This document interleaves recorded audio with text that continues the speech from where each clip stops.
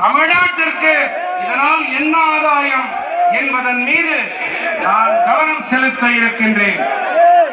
இளைஞர்கள், பணியாளர்கள், விவசாயிகள், தொழில் முனைவோர் ஆகியோருக்கு இது பொன்னான வாய்ப்பு.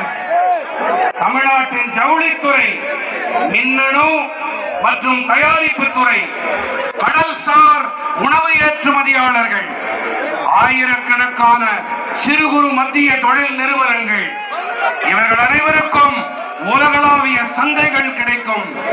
இன்னும் அதிக அளவு ஆர்டர்கள் கிடைக்கும். விவசாயிகளுக்கும் மீனவர்களுக்கும் சிறப்பான விலைகள் கிடைக்கும்.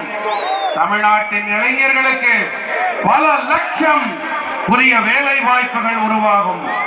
உலக அளவிலே போட்டியிட்டு வெற்றி பெற ஒரு சந்தர்ப்பம் தமிழ்நாட்டின் பொருட்களுக்கு கிடைக்கும்.